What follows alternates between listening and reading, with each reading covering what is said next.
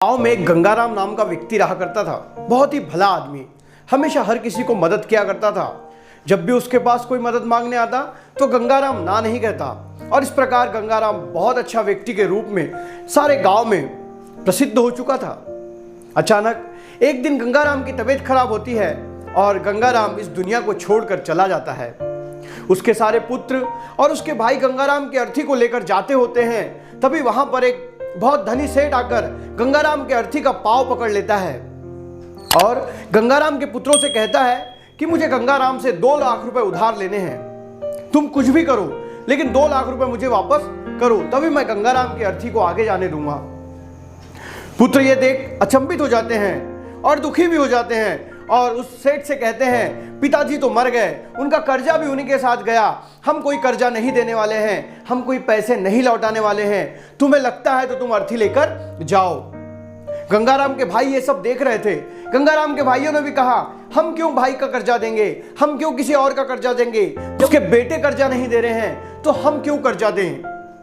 और इस प्रकार वो सेठ उस अर्थी को पैर को पकड़ा रहा और अर्थी को आगे नहीं ले जाने दिया।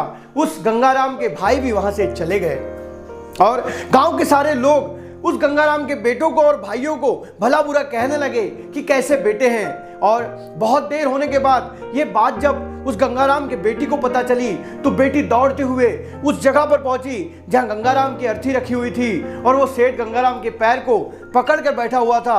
वो लड़की बेटी वहां पहुंची और उस सेठ से कहा कि मेरे पिताजी का ये कर्जा आप मेरे जेवर के रूप में ले लीजिए। और उस बेटी ने अपने सारे जेवर निकाल के गंगाराम के पास बैठे सेठ को दे दिए और सेठ से कहा कि इन पैसों में अगर आपके पैसे पूरे नहीं हुए हैं तो मैं मेहनत करके आपके सारे पैसे लौटा दूंगी, आप मेरे पिता के अर्थी को आगे जाने दीजिए।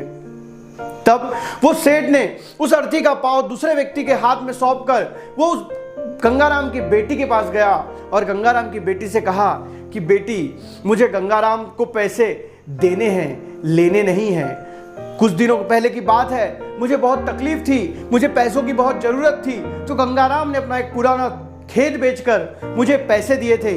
आज जब वो पैसे लौटाने मैं यहाँ पर आया तो मुझे पता चला कि गंगाराम इस दुनिया में नहीं रहे।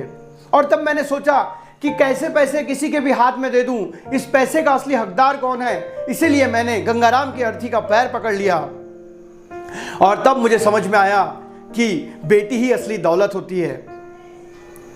और उस सेठ ने वो सारे पैसे बेटी को दे दिए और अर्थी को आगे जाने दिया।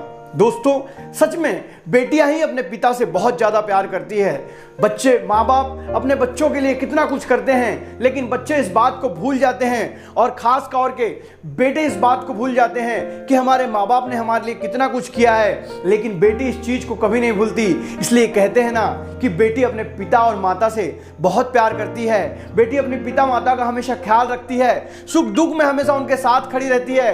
अगर बेटा छोड़ भी दे तो भी बेटी अपनी हिम्मत से अपने माँ बाप को पालने की कोशिश करती है। इसीलिए तो कहते हैं कि जिस घर में बेटी का जन्म होता है वहां लक्ष्मी आने लगती है। दोस्तों, यहां कहानी खत्म होती है। अगर आपको कहानी अच्छी लगी है तो कमेंट करके जरूर बताएं। इस चैनल पे मैं रोज सुबह 7 बजे एक नई कहानी के साथ आता हूं। तब तक के लिए बाय बाय।